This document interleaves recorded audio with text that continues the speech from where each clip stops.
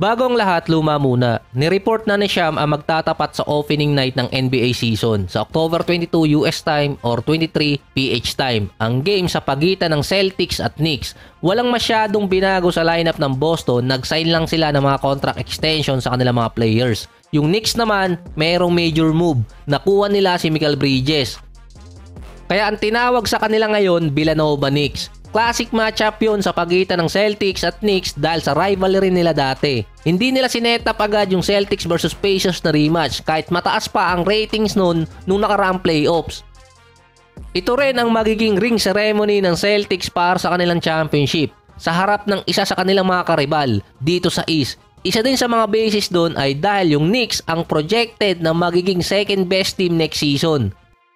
Sa kabila naman, Lakers versus Minnesota. Marquee matchup yun sa pagitan ni LeBron at ng rising star na si Anthony Edwards. Dito mababago yung senaryo kay LeBron dahil nga sa nakaraan 2 season, ang nakakatapat niya sa opening night ay yung nag-champion na merong pang ring ceremony, Golden State at Nuggets.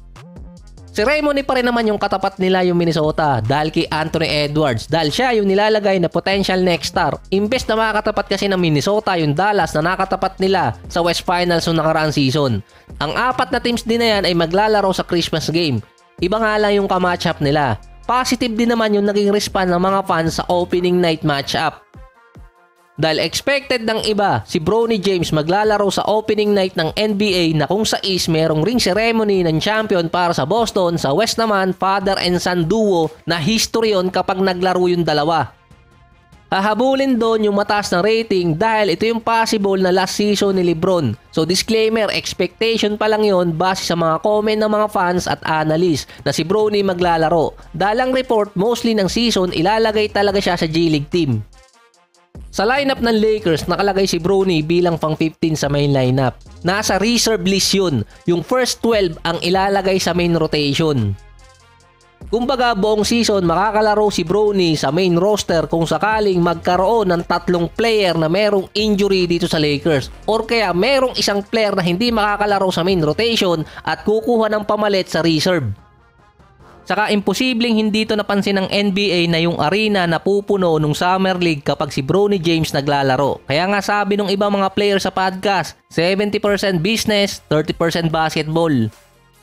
Last season, hindi naging maganda yung ending ng Clippers sa kanilang home court, ang Crypto Arena. Sa regular season, sa last 3 games nila, tinalo sila ng Suns, Jazz at Houston Rockets. Sa playoffs naman, tinalo sila ng Dallas. Ang unang bibinyag sa Clippers sa bago nilang arena ay si Kevin Durant at ang Phoenix Suns. Kahit hindi sila kasama sa opening night, ay inaugural pa rin ang bagong arena ng Clippers. Tatapatan nila yung Suns. Ang tagal din ng upahan nila sa tabi ng Lakers. Si Kawhi at si James Harden kontra kay Kevin Durant, Booker at Bradley Beal na iba na rin ang coach nila, si Coach Mike Budenholzer.